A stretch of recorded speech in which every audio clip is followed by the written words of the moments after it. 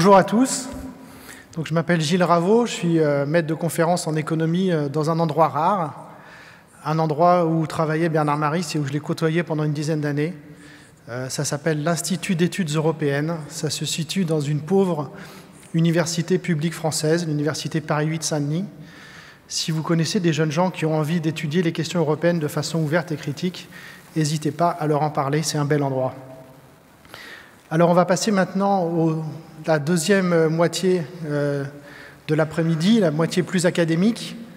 On a eu la chance de recevoir des réponses positives de gens brillants, mais aussi de gens gentils, de gens ouverts, des gens qu'on aime, qui ont accepté de faire partie de notre conseil scientifique.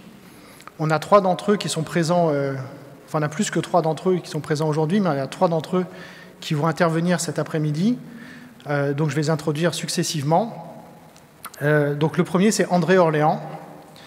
Et je ne résiste pas au plaisir de cette citation qui va gêner André. « J'adore André Orléans.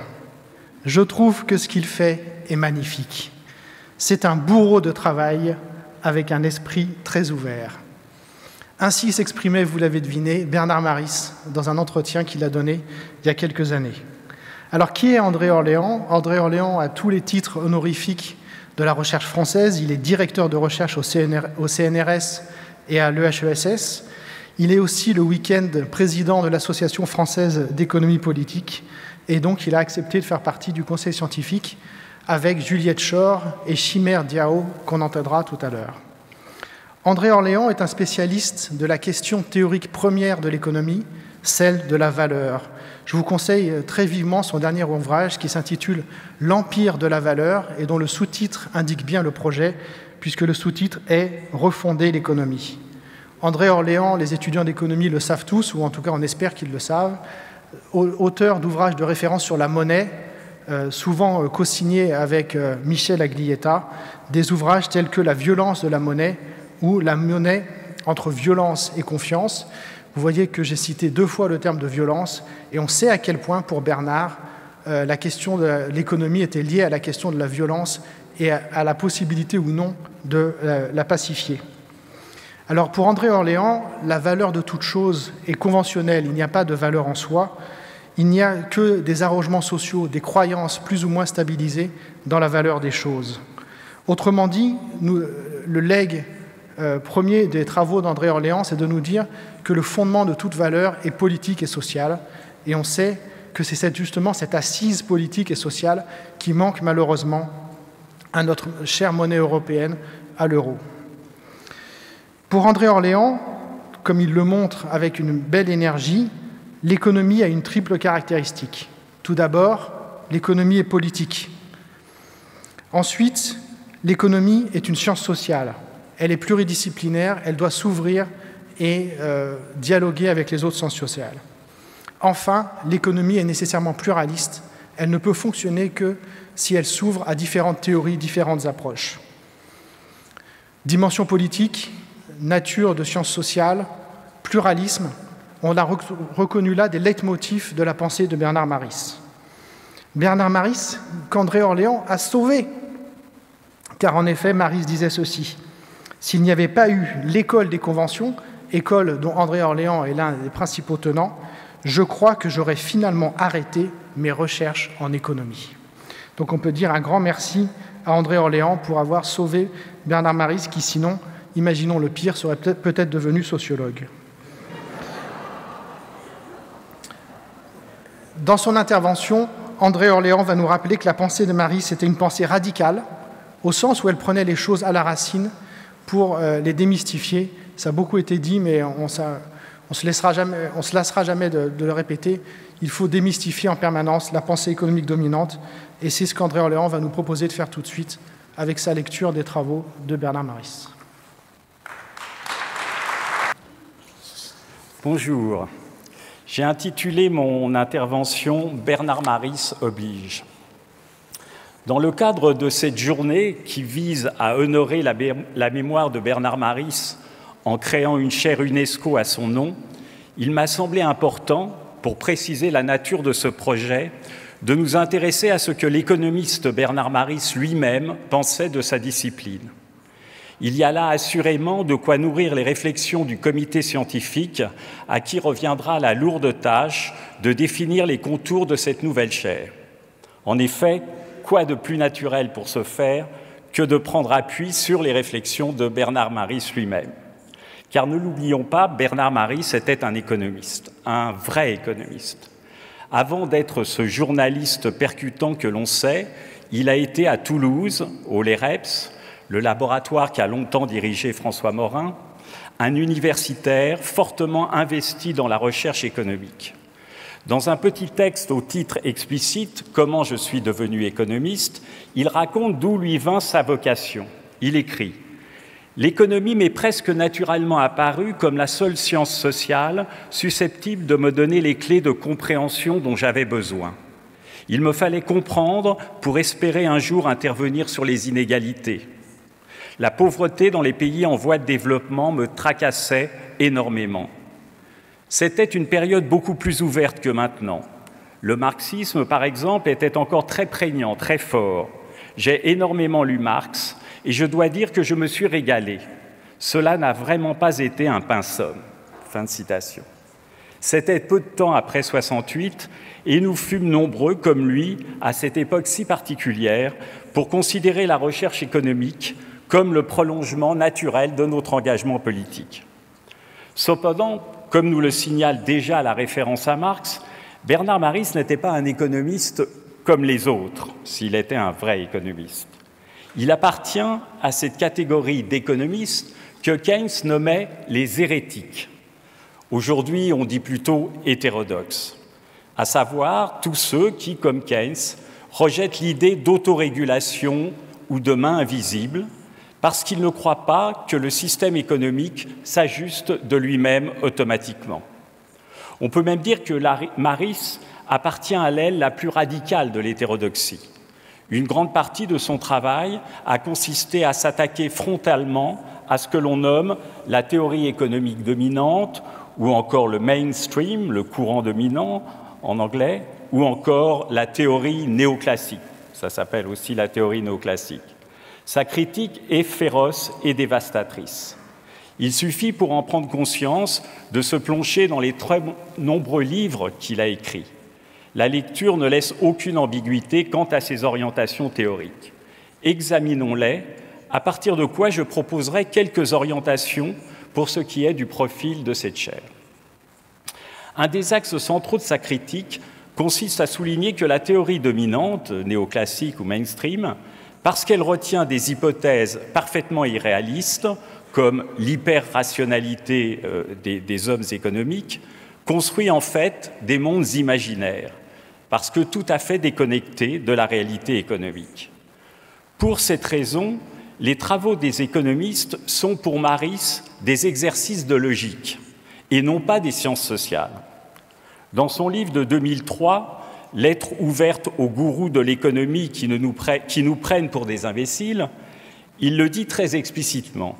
L'économie savante est devenue un système où l'on s'emploie à tirer les conclusions logiques impliquées par des ensembles quelconques d'axiomes ou de postulats. Peu importe de savoir si les postulats sont vrais. D'ailleurs, ils ne le sont pas. Seul importe d'affirmer que les conclusions sont les conséquences logiques nécessaires de ces postulats. D'ailleurs, Bernard Maris n'aurait rien à dire à cette pratique, pour autant que les économistes ne cachent pas leur jeu et se présentent bien pour ce qu'ils sont, c'est-à-dire à ses yeux essentiellement des logiciens. D'où son exhortation. « Par pitié, voilà ce qu'il écrit, osez dire que vous êtes de purs logiciens, sans tâches, sans mains, sans boîtes à outils, sans conseils à donner, sans théorie à recommander, sans loi à proposer, sans rien. » Au fond, ce qu'il ne supporte pas, c'est premièrement la prétention des économistes à se faire passer pour des scientifiques, au même titre que les physiciens ou les biologistes. C'est ce qui explique d'ailleurs la violence de ses propos concernant le prix Nobel d'économie. Toujours dans « Comment je suis devenu économiste », il écrit à propos de la discipline économique. « À court terme, rien ne va changer tant qu'il y aura le prix Nobel de la Banque de Suède. C'est une telle usurpation, une telle fumisterie, cette histoire de la Banque de Suède qui attribue un prix Nobel comme si c'était celui de physique ou de médecine. Je ne pense pas que cette supercherie disparaisse à court terme. Le second objet de son indignation concerne les économistes qui se transforment en experts et viennent donner des leçons aux princes ou aux médias sur ce qu'il conviendrait de faire. C'est là pour Maris une totale escroquerie. Il écrit « La tentation est grande de se faire expert. Le savant devient malhonnête lorsqu'il se transforme en expert. Mais l'expert est toujours malhonnête car il s'autorise de la complexité d'une science à laquelle, en général, il ne connaît rien. » Vous voyez qu'il n'y allait pas avec le dos de la cuillère. Pour lui, il y a alors tromperie sur la marchandise, car aux yeux de Maris, l'économie, comme vous l'aurez compris, est radicalement impuissante à guider l'action publique du fait même qu'elle s'est coupée du réel. La théorie économique, nous dit même Maris, ne dit rien sur le monde car elle peut tout démontrer. La proposition P comme le contraire de la proposition P. Il écrit « Tout ce qui se dit en économie est invérifiable, insanctionnable, mais en revanche parfaitement démontrable. Comme le contraire aussi est parfaitement démontrable. L'économie, comme l'inconscient, la métaphysique, la religion et le vaudou, ignore le principe de contradiction. » Il aimait bien toujours comparer l'économie avec la religion. Et il concluait « On peut tout dire en économie », ce qui veut évidemment dire qu'on ne sait rien dire. On notera bien ici la radicalité de sa critique. Mais n'est-ce pas un autre prix Nobel, Paul Samuelson, celui-là véritablement et complètement orthodoxe, qui a déclaré « Rien n'est impossible dans une science aussi inexacte que l'économie ». Visiblement, Maris n'est pas le seul à avoir des doutes. Cependant, on peut se demander comment se fait-il que, dans ces conditions, l'expert connaisse un tel succès. S'il ne peut pas se prévaloir de la justesse de ses conseils, d'où vient son aptitude à être écouté, et tellement écouté? C'est une question que se pose Maris, et il se la pose très sérieusement. Pour y répondre, il en est venu à s'intéresser à la rhétorique. François Morin dit dans une conférence qu'il avait un de ses séminaires qui s'appelait « Séminaire de rhétorique ». Et il s'intéressait aux effets perlocutoires que produit le langage économique, tout particulièrement dans son usage des statistiques. C'est là d'ailleurs une partie très intéressante de ses réflexions. Le temps manque pour en présenter toute la complexité. Indiquons simplement l'idée de Maris selon laquelle le chiffre, la statistique, serait par nature un camouflage parce qu'il présente la réalité sous une forme travestie et en fait euphémisée. Il écrit dans « Des économistes au-dessus de tout soupçon » en 1990 « Chiffrer, le mal n'en est déjà plus un ». Ça m'a semblé très intéressant comme phrase, comme conception. « Chiffrer, le mal n'en est déjà plus un ». Ainsi, 10% de chômage non seulement ne dit rien de la souffrance des chômeurs, mais en fait oriente notre esprit vers toute autre chose que la douleur de ceux qui ont perdu leur emploi. Le chiffre crée de la distance. Si quelqu'un se laissait aller à hausser la voix, les chiffres seraient là pour ramener le calme, observe-t-il. Il faut ajouter que le chiffre en impose toujours, quel qu'il soit, par sa froideur et son apparente impartialité. Il écrit « La neutralité et le chiffre renvoient à l'autorité scientifique, au discours autorisé. Or, la spécificité du discours d'autorité, c'est qu'il n'est pas fait pour être compris, mais pour être reconnu. » Il ajoute « Ce qui est frappant dans les grands moments démocratiques, par exemple pendant les États généraux, c'est l'absence de chiffres, comme si la vérité politique ne les supportait plus. » Je ne sais pas ce qu'en pensent nos collègues historiens de la Révolution, mais assurément, il y a dans cette idée d'une incompatibilité de nature entre la volonté politique et le discours statistique quelque chose qui demande à être exploré. Pour finir ce survol à vive allure des apports de Bernard Maris, il me faut en venir à John Maynard Keynes, le personnage qui, à ses yeux, illustre le plus parfaitement ce qu'un économiste devrait être. C'est, aux yeux de Maris, la perfection de l'économie fait homme. Assurément, Maris lui voue une admiration entière. Il lui a d'ailleurs consacré plusieurs livres. Une des raisons de cette admiration vient du fait que Keynes est cet économiste qui a réintroduit les passions dans l'analyse économique et, ce faisant, qui a enfin rompu avec le schématisme de la pensée mainstream. Il y a une réalité d'ailleurs qui intéresse tout particulièrement Maris, qui y revient avec insistance dans plusieurs livres, c'est le désir d'argent. Ce que Keynes appelait aussi le désir morbide de liquidité. Or, nous dit Maris, le désir de liquidité échappe au calcul rationnel, car ses déterminants plongent au plus profond de la psyché humaine. C'est alors la psychanalyse et Freud qui s'invitent à la table des économistes. C'est d'ailleurs tout l'objet de son livre « Capitalisme et pulsion de mort », écrit en 2009 avec le regretté Gilles de Stahler. Ce travail en commun propose une lecture nouvelle du capitalisme et des forces qui le meuvent, une lecture inquiétante. Bien, à partir de ces brefs rappels, il est possible alors de faire quelques propositions concernant ce que pourrait être la chaire UNESCO Bernard Maris, cette chaire internationale d'économistes citoyens. Proposition qui, comme vous l'observerez, se situe pleinement dans le cadre général de la chaire, tel qu'on peut en prendre connaissance sur le site de la Maison des sciences de l'homme. Il y a une très belle, à mon avis, spécification de sa nature. Il est écrit, quant à sa finalité, « Renouvellement de la formation et de la recherche en économie, fondée sur une vision interdisciplinaire de l'économie et un approfondissement de la refonte des bases épistémologiques contemporaines des disciplines économiques. » Donc c'est dans ce cadre, en fait, que mes propositions se situent. Pour commencer, je dirais qu'aujourd'hui, plus que jamais, la discipline économique a besoin d'esprit critique et rebelle dans la lignée de Bernard Maris. Ce sera vraiment mon premier point. Maris lui-même était tout à fait conscient du déficit de pluralisme que connaissent aujourd'hui les institutions d'enseignement et de recherche en économie au niveau mondial, mais aussi tout particulièrement en France. Et il le regrettait fortement. Je n'ose rappeler, de peur qu'on y voie une récupération de ma part, que Bernard Maris était membre de l'AFEP, l'Association française d'économie politique, que je préside, et dont le combat vise très précisément à faire en sorte que l'économie ne soit pas monocolore.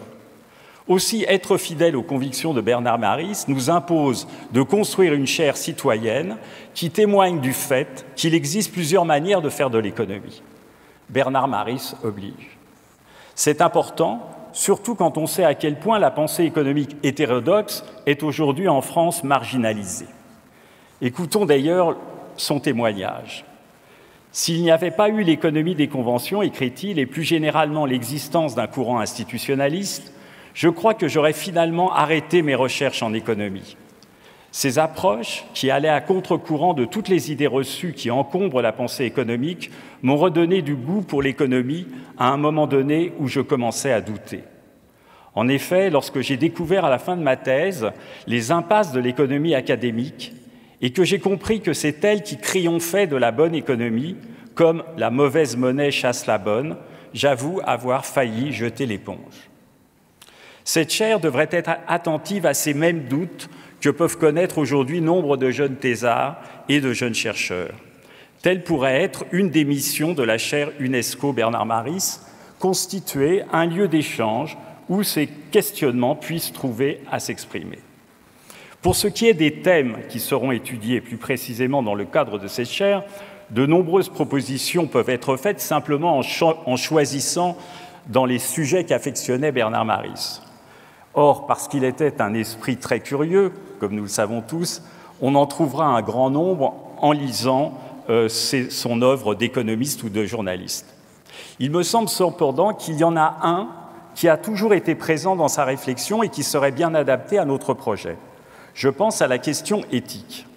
En effet, Maris était très préoccupé par la question de la gratuité et de l'inutilité. Contrairement à ce que professe la théorie économique, Maris soutenait que ce qui fondamentalement crée de la valeur, c'est l'inutilité. Il est véritablement difficile d'imaginer un point de vue plus iconoclaste ou iconoclaste, puisque pour les économistes, c'est tout le contraire. depuis ce qu'on appelle la révolution marginaliste, c'est justement l'utilité qui est pensée comme étant à l'origine de la valeur. Et lui, il disait c'est l'inutilité qui est à l'origine de la valeur. Maris va même plus loin, dans la mesure où il voit dans l'inutilité, dans le gratuit, une des conditions les plus essentielles de l'essor économique lui-même. Il revient sur ce paradoxe dans presque tous ses livres. Dans son anti-manuel, il écrit « La gratuité et la solidarité font la croissance, l'invention, la richesse, malgré la concurrence essentiellement inefficace. » Il y a un total retournement où la concurrence, d'ordinaire perçue comme étant justement l'aiguillon du progrès, est perçue au contraire comme inefficace et où il pense que c'est la gratuité qui, au contraire, est ce qui permet l'essor des sociétés. Autrement dit, si l'économie capitaliste fonctionne, c'est uniquement parce qu'elle a su accaparer à son profit l'esprit de gratuité et de solidarité dont elle a hérité sans le produire. Cette chaire pourrait reprendre ce projet de réfléchir au rapport entre éthique, esthétique et économie. Pourquoi ne pas revenir à la science économique comme science morale, écrivait-il. Voilà ce qui pourrait être ce projet. Ce serait là une très belle proposition. Cela suppose une réflexion sur ce que sont les corps sociaux, sur ce qui est aux racines des liens de solidarité, sur les valeurs que doivent partager les êtres humains. Comme l'écrivait Maris à nouveau, penser que tout est individuel est une grave erreur. Et il en déduisait cette forte conclusion qui est un véritable chiffon rouge pour les économistes. Il écrivait « On devrait interdire l'enseignement de l'individualisme méthodologique à l'université ». Et il me semble que c'est là un conseil qu'on pourrait suivre. Pour conclure, juste un dernier mot pour faire observer combien l'idée d'une chaire est une bonne idée en ce qu'elle convient parfaitement à ce qu'était Bernard Maris. En effet, faire aimer l'économie a toujours été pour lui une finalité qui lui tenait très à cœur, que ce soit dans son métier de professeur comme dans celui de journaliste. Mon principal apport, disait-il, c'est d'avoir, au travers de mes critiques, rendu l'économie accessible au plus grand nombre.